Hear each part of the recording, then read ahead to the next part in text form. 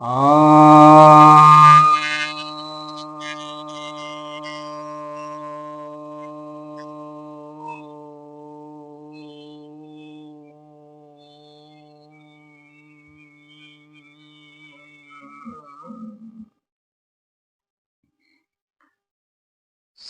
भक्तजनों को सप्रेम नमन। तो आज आपकी जिज्ञासा का समाधान लेकर आया हूँ। एक जिज्ञासा यह आई है कि मुस्लिम देश गरीब से गरीब क्यों होते जा रहे हैं। हाँ, आप अगर इधर देखें, पाकिस्तान, बांग्लादेश, अफ्रीका के बहुत सारे देश, सूडान वगैरह जितने हैं, और इधर देख लें, ईरान है, अफगानिस्तान है, यमन है, सीरिया है, फलस्तीन है, और सभी देश देख लें तो ये सब गरीब से गरीब होते जा रहे हैं। और इनकी तो थोड़ी सी उम, जो है अच्छी स्थिति आई थी, और अभी कुछ है कहीं-कहीं पर जहाँ पर तेल के प्रचुर भंडार हैं। तो ये जो नेचुरल रिसोर्स था इनके पास तेल का, उसके कारण तो ये ठीक हो गए। लेकिन अब तेल जो है उसके विकल्प आ रहे हैं, तो धीरे-धीरे फिर ये इनकी जो है गरीबी की स्थिति पूरी आती जा रही है, गरीब से गरीब होते जा रहे हैं। जो पैसे इन्होंने तेल में कमाए भी, उसका इन लोगों ने ऐशो-आराम किया, और कुछ उसका सदुपयोग बहुत नहीं कर पाए, और धीरे-धीरे फिर वो खत्म हो जाएगा। इसके पीछे कारण क्या है? तो इस्लाम जब फैला, तो अभी तो मान लीजिए कि दूसरा पोजीशन है उसका, और ये जो है एकस्वरवाद में विश्वास करते हैं। ईसाई सब भी एकस्वरवाद में विश्वास करते हैं, यहूदी भी करते हैं, ये भी करते हैं। ये अब्राहमिक रिलीजन है तीनों, परंतु तीनों में फिर भी अंतर है, और बहुत ही स्तर पर अंतर है। और चूंकि जो ईसाई सब हैं वे काफी समृद्ध हैं, क्योंकि उन्होंने उसके चर्च के खिलाफ बहुत विद्रोह किया, और राजनीति को अलग किया, और विज्ञान सम्मत सोच को उन्होंने महत्व दिया, चर्च के खिलाफ आवाज बुलंद की। तो इस तरह का जो है क्लर्गी के खिलाफ, मौलाना मौलवी के खिलाफ इस्लाम में आवाज कभी बुलंद नहीं हुई। तो उस तरह का रिवॉल्यूशन इस्लाम में नहीं हो पाया, जैसा कि ईसाइयत में हुआ, जो उन्होंने विद्रोह किया लगातार, और चर्च के पावर को घटा दिया, और अपने जीवन में हस्तक्षेप, व्यक्तिगत जीवन में जो हस्तक्षेप होते थे, तो उसको भी कम किया, और उन्मुक्त होकर के वे सब अध्ययन करने लगे, पढ़ने लगे, पढ़ाने लगे, और वह स्वतंत्रता जो है इस्लाम में नहीं रही। इस्लाम में क्लर्गी हावी है, आज भी हावी है। किसी की मजाल नहीं है कि एक शब्द बोले, जो बोलेंगे उसके खिलाफ फतवा जारी कर देते हैं। इसमें फतवा जारी करने का सिस्टम है, और फिर उसको मार दिया जाता है। जान के डर से कोई कुछ नहीं बोलता है, तो एक तरह से वे दास है, गुलाम है। तो वह बात ईसाइयों में नहीं है, वह बात यहूदियों में नहीं है। इसीलिए यहूदियों की देखिए बहुत कम आबादी है, परंतु वे कितना ज्यादा नोबेल पुरस्कार लाते हैं। लगातार शोध करते, रिसर्च करते हैं, क्योंकि वे जानते हैं कि अगर उन्हें जीना है तो उन्हें विज्ञान में आगे रहना होगा, क्योंकि चारों ओर शत्रुओं से घिरे हैं, और ये शत्रु ये मुस्लिम ही है, कोई और नहीं है। तो इन शत्रुओं से आगे रहना है, तो इसके लिए जरूरी है कि हमें विज्ञान में आगे रहना पड़ेगा। तो इसलिए वहाँ एक एक व्यक्ति जो है वह साइंटिस्ट है, और एक एक व्यक्ति जो है वह सोल्जर भी है। महिला भी सोल्जर है, पुरुष भी सोल्जर है, बच्चे भी सोल्जर है, और सभी जो जहाँ है वहीं पर जो है रिसर्च कर रहा है। इसीलिए वे टिका हुआ है। जिस दिन वो ऐसा नहीं कर पाएंगे या कम कर पाएंगे, उस दिन वे खत्म हो जाएंगे। इस बात को वे भी जानते हैं। तो उस प्रेशर में भी जो है वर्क कर रहे हैं और रात दिन मेहनत कर रहे हैं, इसलिए वे अभी तक सरवाइव कर रहे हैं। तो इसके कारण ईसाई और यहूदी ये दोनों आगे निकल गए। अब इस्लाम की बात जो है वो जैसे मैंने बताया कि स्वतंत्रता वहाँ नहीं है। स्वतंत्रता के लिए आंदोलन करना पड़ेगा, जो कि मुस्लिम जो जनमानस है उसने अभी आंदोलन नहीं किया। वो अल्लाह के भरोसे जी रहा है। हर अपना दुख जो है वो अल्लाह के नाम पर वो आज खेल रहा है, जबकि उसके दुख का मुख्य कारण जो है ये मौलाना मौलवी हैं और ये ग्रंथ है कुरान और हदीस जो है ये दुख के कारण है। लेकिन वो सोचता है कि अल्लाह है दुख के कारण। उसको ऐसा पढ़ाया जा रहा है, पट्टी पढ़ाई जा रही है, क्योंकि वैसे शिक्षा दी जा रही है और वहां मानना उसको बाध्यकारी है। जानते हैं बहुत सारे मुस्लिम हैं जो विद्वान हैं, समझदार हैं, वे जानते हैं इस बात को, लेकिन जानने के बाद वे कर कुछ नहीं पा रहे हैं। फ्रस्ट्रेशन इस बात का है कि वे कर कुछ नहीं सकते हैं। उनका ग्रुप इतना बड़ा नहीं है, उनको अपने ग्रुप को बड़ा बनाना पड़ेगा और उसके बाद एक विद्रोह करना पड़ेगा। हालांकि बहुत सारे जो अभी इंटरनेट वगैरह की फैसिलिटी आई है उसके कारण जो है कुछ कुछ बातें हैं दूसरे के यहाँ से छन छन करके जा रही है, और उसमें से कुछ जो युवा हैं वे विरोध कर रहे हैं, क्योंकि अपनी जो गिरती हुई परिस्थिति है, जो गरीबी है, उसके पीछे वे आकलन कर रहे हैं कि आखिर इस गरीबी के पीछे क्या कारण है। तो स्वतंत्रता एक बहुत बड़ा कारण है, रैशनैलिटी एक बहुत बड़ा कारण है। रैशनैलिटी उनमें नहीं आ पा रही है,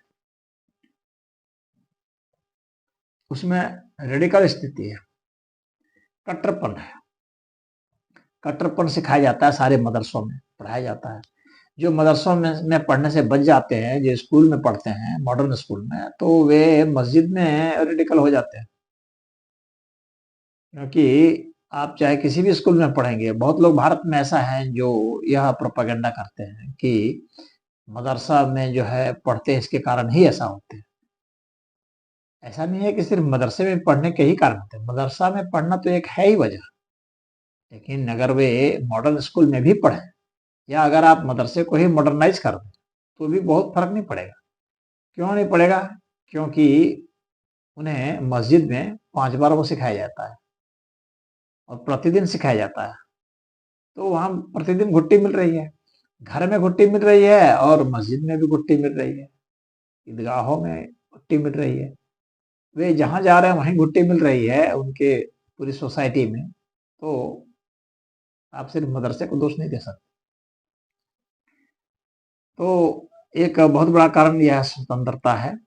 दूसरी बात है यह है कि जो उसमें मार देने की बात है, अपने भी आदमी को मारते हैं, दूसरे आदमी को भी मारते हैं। टेररिज्म जो है, आतंकवाद, तो उनके भीतर से अगर कोई आवाज उठती है तो उसको भी मार दिया जाता है। वहां पर सजा है, जो इस्लाम के खिलाफ जाएगा उसको मार देना, और अपने को वालों को पहले मारना है, बाद वाला को, जो बाहर वाले हैं जो गैर मुस्लिम है उनको बाद में मारना है।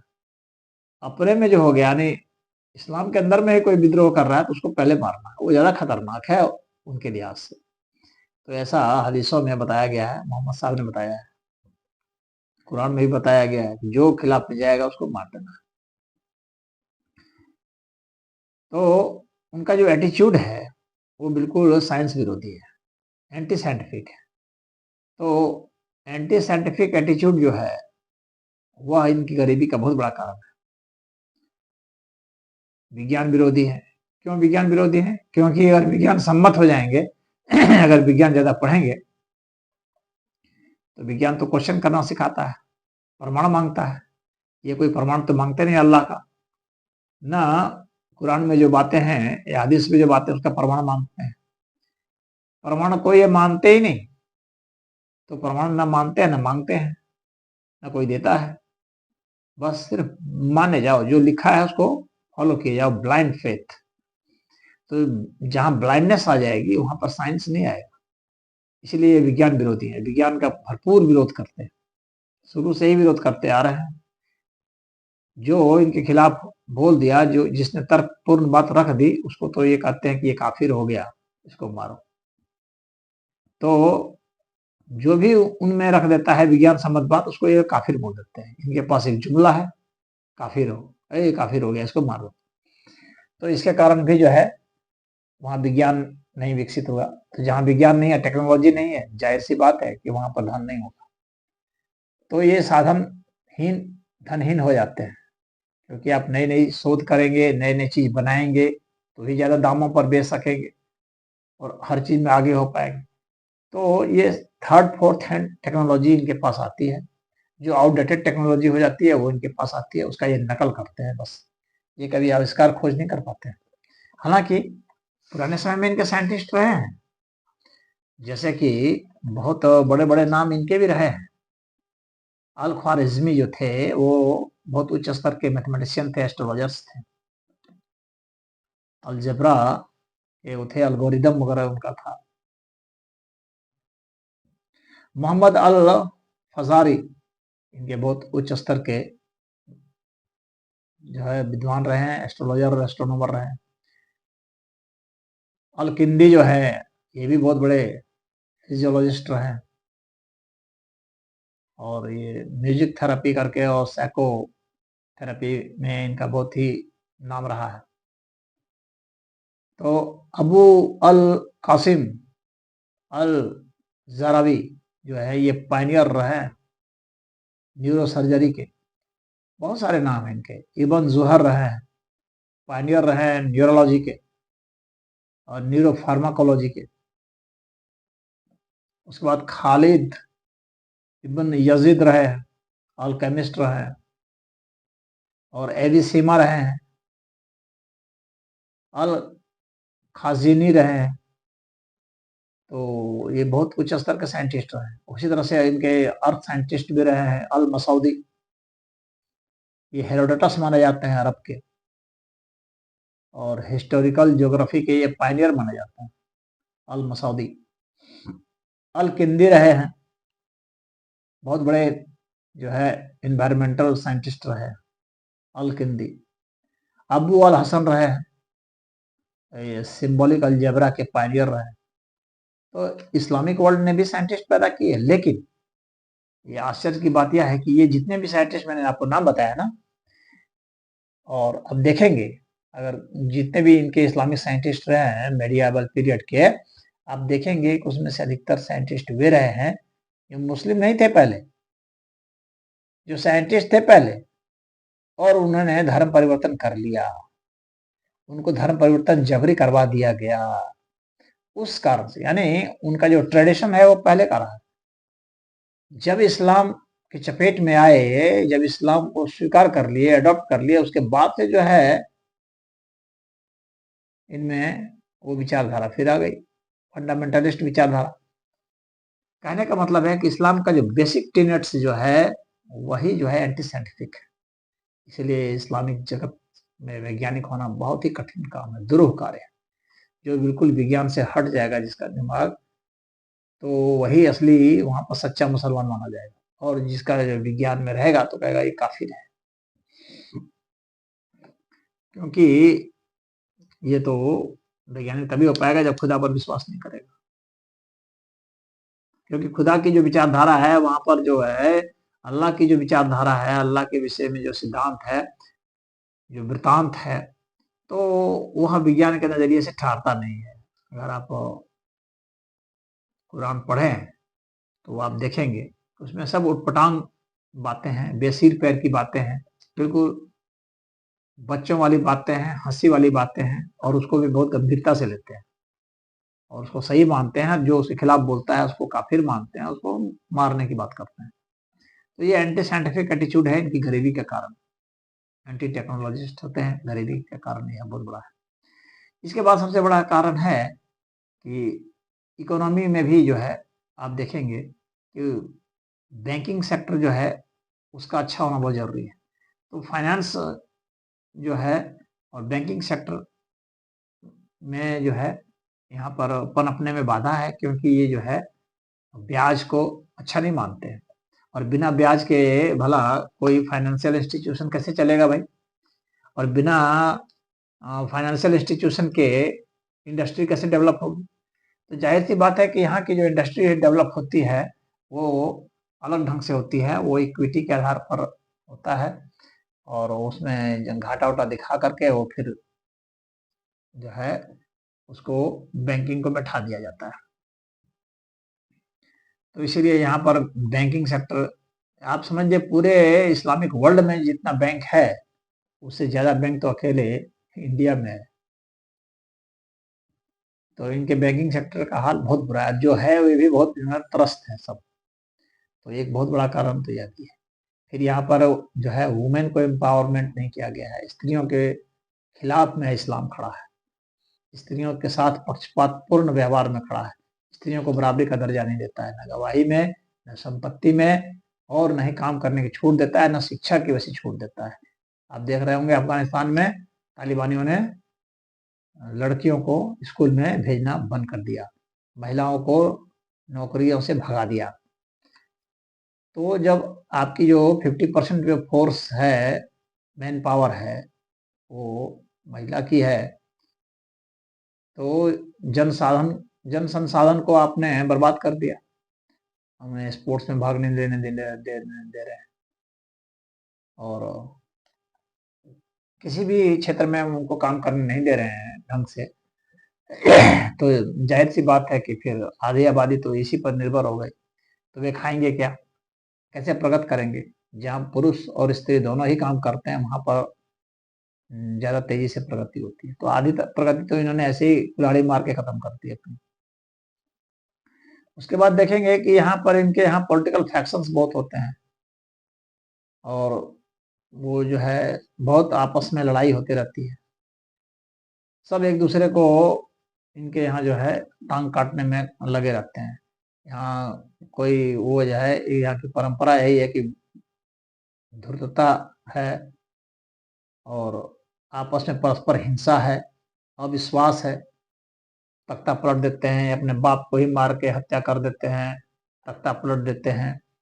यहाँ का जो सिस्टम है ये डेमोक्रेसी में विश्वास नहीं करते हैं, प्रजातंत्र में इनका कोई इस तरह का विश्वास नहीं होता, इनको शरिया कानून चाहिए।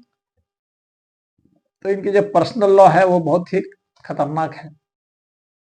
उस पर्सनल लॉ के जरिए ये डेवलप नहीं कर सकते आधुनिक समाज में। समाज के हिसाब से, मान्यताओं के हिसाब से, जमाने के हिसाब से भी कानून बनने चाहिए, तभी मनुष्य जी पाता है। कानून आपका है आज से 1400 बरस पहले का लगभग, तो उतना पुराना कानून लेकर के आप कैसे जिएंगे भाई? तो इनके लिए जीना बड़ा मुश्किल हो जाता है। अब इसके बाद इनका जो है सिया सुन्नी का ये सब जो है लड़ाई है इनकी, और ये सिया सुन्नी की लड़ाई दो भिन्न भिन्न संप्रदाय, इनके यहाँ 72 संप्रदाय कम से कम, और आगे भी और हो जाते हैं। मतलब एक एक जो बना है इनका सेक्ट, उसके भीतर भी सब सेक्ट्स हैं, यानी संप्रदाय हैं और उप संप्रदाय भी हैं। तो संप्रदाय और उप संप्रदाय में बहुत सारा बटा हुआ है, और वे कहते हैं तुम हमारे मस्जिद में नहीं जाओगे, तुम हमारे मस्जिद में नहीं जाओगे, इस तरह से भी वो मना करते हैं। तो बरेलवी है, अहमदिया है, सूफी है, बहुत सारे हैं, अहमदिया है। तो ये इनके सब आपस में भिड़ते रहते हैं, सब कहते हैं मैं सच्चा मुसलमान, मैं सच्चा मुसलमान, और वो काफिर और ये काफिर, वो गलत तो ये गलत। तो इस तरह से ये कहते हैं सबको सुन्नी बनाना है, सुन्नी वाले ये कहते हैं। सिया वाले कहते हैं कि नहीं, जो है हम लोग हैं असली जो है लीडर। तो इनके बीच में खलीफा बनने की, यानी कौन लीडर है उसके बनने की बात होती रहती है, और उसी में झगड़ा इनका चलता रहता है। ये जो है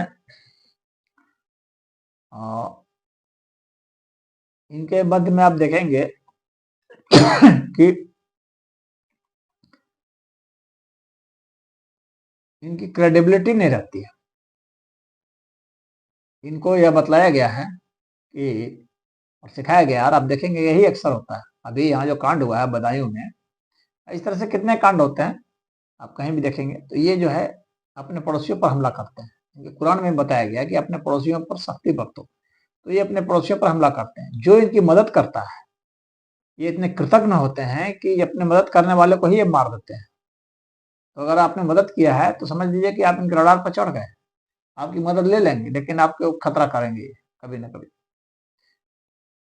क्योंकि ये सबको जो है मुस्लिम बनाने के चक्कर में पड़ते हैं। इनके यहाँ जिहाद है कि मुस्लिम बनाओ सबको, और मुस्लिम बनाने के लिए ये कुछ भी कर लेते हैं, किसी भी हद तक जा सकते हैं।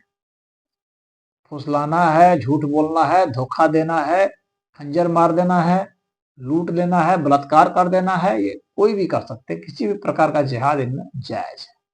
हर तरह के कुकर्म जिसको आप समझते हैं वो जायज है। कहते हैं सच्चा मुसलमान है। सच्चा मुसलमान, एक हिंदू समझता है कि सच्चा मुसलमान का मतलब, हिंदू के नजरिए से सोचता है कि मुसलमान जो सच्चा हो, हिंदू इस परिभाषा को समझता है, लेकिन ऐसा नहीं है। सच्चा मुसलमान का मतलब हो गया कि इस्लाम जिसको सही मानता है उस चीज को वह सही मानता है, इसलिए वह सच्चा मुसलमान कहता है अपने को। सच्चाई उसमें नहीं पाएंगे आप कुछ भी। वो कुरान को फॉलो कर रहा है, हदीसों को फॉलो कर रहा है, इसलिए वो अपने को सच्चा मुसलमान कह रहा है। और सच्चा मुसलमान का मतलब जो सच्चा जिहादी है वो सच्चा मुसलमान है। और हिंदू यही धोखा खाते हैं, दूसरे लोग धोखा खाते हैं। जो कुरान और हदीस को पढ़ लेगा वो जान जाएगा सच्चा मुसलमान किसको कहा जा रहा है। वो हर समय घात पर बैठा है और कभी भी आप पर हमला कर सकता है। तो कोई भी मदद उनकी नहीं करना चाहता है। उनकी गरीबी का एक कारण यह भी है, क्योंकि मदद करेगा जानेगा कि फंस जाएंगे, क्योंकि क्रेडिबिलिटी है नहीं, आपको धोखा देगा, आपके साथ फ्रॉड करेगा, चीटिंग करेगा, ये विश्वसनीय नहीं होते हैं। इस पर जो विश्वास करेगा वो सबसे पहले मारा जाएगा। तो जाहिर सी बात है, जब समाज में आपकी विश्वसनीयता नहीं रहती है तो फिर आप जो है, आप अच्छे न व्यापार में जा सकते हैं, न बिजनेस में जा सकते हैं, ना किसी और चीज में जा सकते हैं। इनमें झूठ बोलने की आजादी है, अल तकवा उसको कहते हैं, तकवा करना। झूठ परोसते हैं, इस्लाम के लिए सब जायज है, ऐसा ये सोचते हैं। ये अपने यहाँ दूसरे को रहने नहीं देना चाहते, ना दूसरे धर्म वालों की कोई चीज रहने देना चाहते हैं। तो दूसरे धर्म के अगर मंदिर हैं या चर्च है, गुरुद्वारे हैं, कुछ हैं, तो उसको ये गिरा देंगे, ढा देंगे। तो इतनी घृणा इनमें होती है दूसरों के प्रति, दूसरे को बर्दाश्त नहीं कर सकते ये, इतने असहिष्णु होते हैं, हमला करते रहते हैं दूसरों पर, यानी दूसरे के भीतर में डर पैदा करते हैं। कोई इनके साथ रहना नहीं चाहता, कोई इनके साथ शांति से नहीं रह सकता, चैन से नहीं रह सकता। तो इस तरह से जब आप नहीं रहेंगे तो जाहिर सी बात है दूसरे का कॉपरेशन कैसे मिलेगा आपको, तो उससे भी ये गरीब हो जाते हैं। इनके यहाँ टूरिज्म नहीं हो सकता, तो टूरिज्म इंडस्ट्री से जो अधिकतम लाभ हो सकता है उसको ये नहीं ले सकते। अगर दूसरे के धार्मिक स्थानों को सुरक्षित रखते ही तो दूसरे धर्म के लोग वहां आते, और एक एक टूरिस्ट जो है कितने कितने पैसे देता है, तो कितना पैसा वाला हो जाता। लेकिन ये टूरिज्म इंडस्ट्री का महत्व ही नहीं समझे, तो इनके यहाँ घूमने कोई नहीं जाता है। अपने यहाँ किसी प्रकार के रहने नहीं दिए। अफगानिस्तान में बमियान में इतनी भगवान बुद्ध की मूर्ति थी, उसको इन्होंने तोड़ दिया। अगर वो मूर्ति रहती, मूर्ति क्या बिगाड़ रही थी इनका, लेकिन ये बर्दाश्त ही नहीं कर सकते। अगर वो मूर्ति रहती, इतनी बड़ी मूर्ति थी, तो जितने भी बुद्धिस्ट सब थे वो उसी बहाने वहां जाते, देखने के बहाने जाते, वहां पर जाते तो खर्च करते, तो वहां की आय बढ़ती। लेकिन इनको तो आय से लेना देना है नहीं, तो गरीब तो होंगे ही। मंदिरों को तोड़ दिए, मंदिर सब रहते अगर तो हिंदू सब जाते पाकिस्तान, और वहां पर इनको फायदा होता। अब अयोध्या जैसे बनी है तो कितने चढ़ावे उसमें आ रहे हैं, कितना टूरिज्म डेवलप हो रहा है। टूरिज्म डेवलप होगा तो बहुत लोगों को काम मिल जाता है उससे, गाड़ी वालों को काम मिल जाता है, होटल वालों को काम मिल जाता है, सामान सब बहुत बिकते हैं।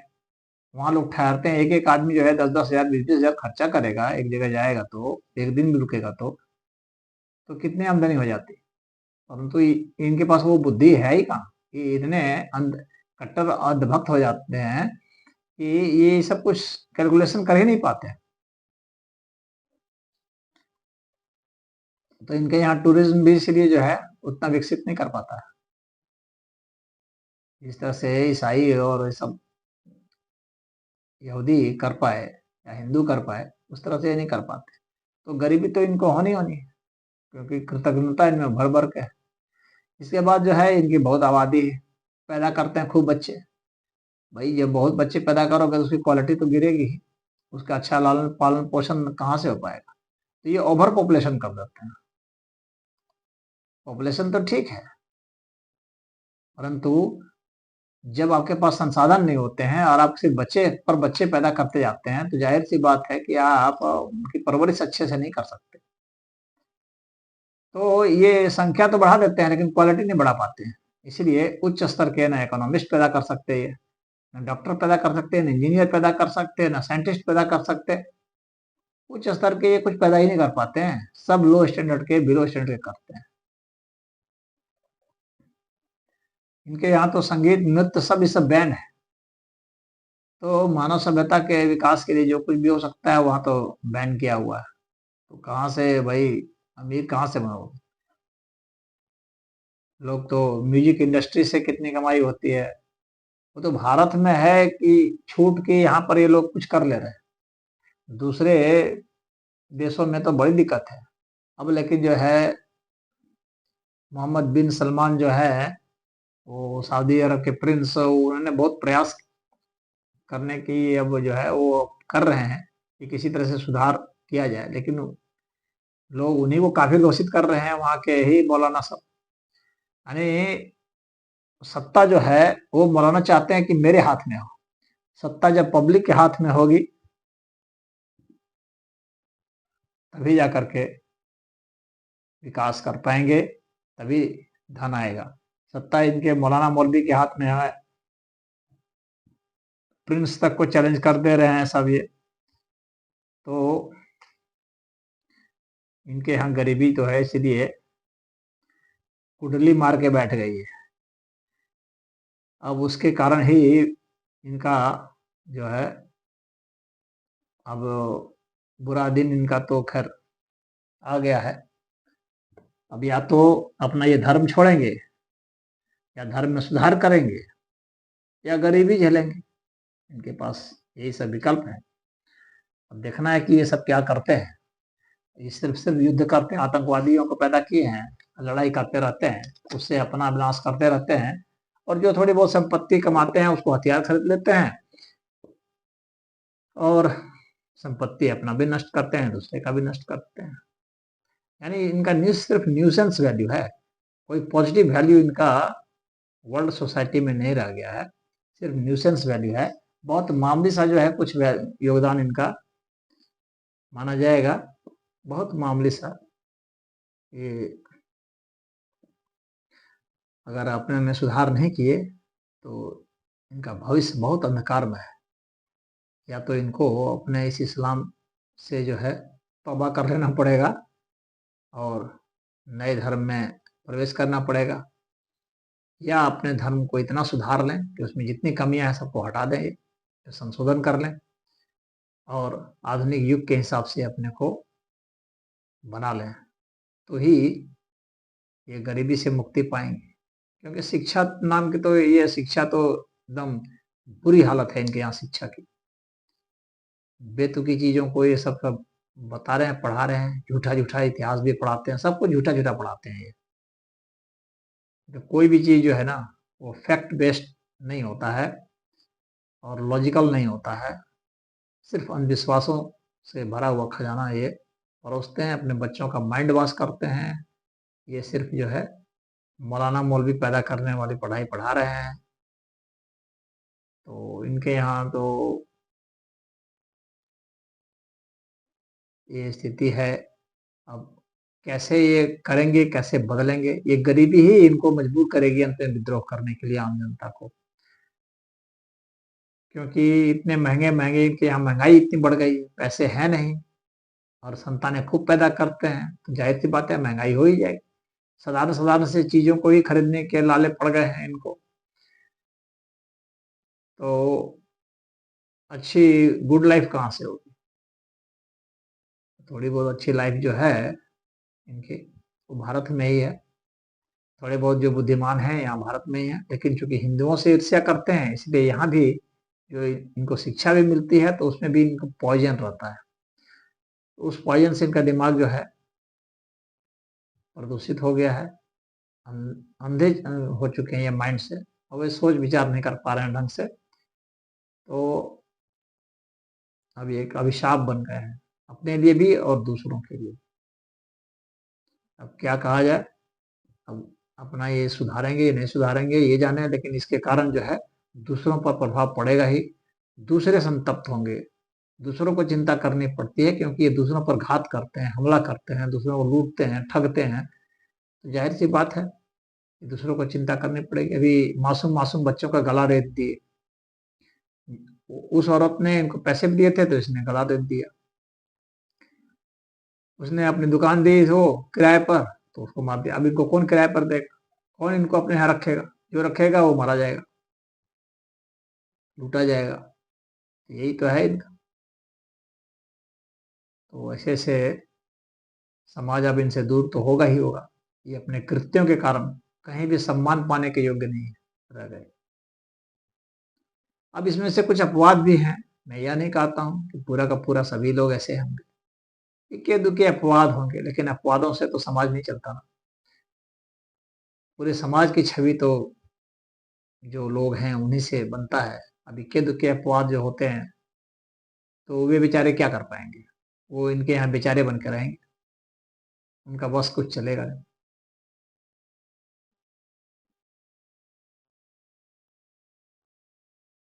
तो इसमें इतना ही। हरिओम।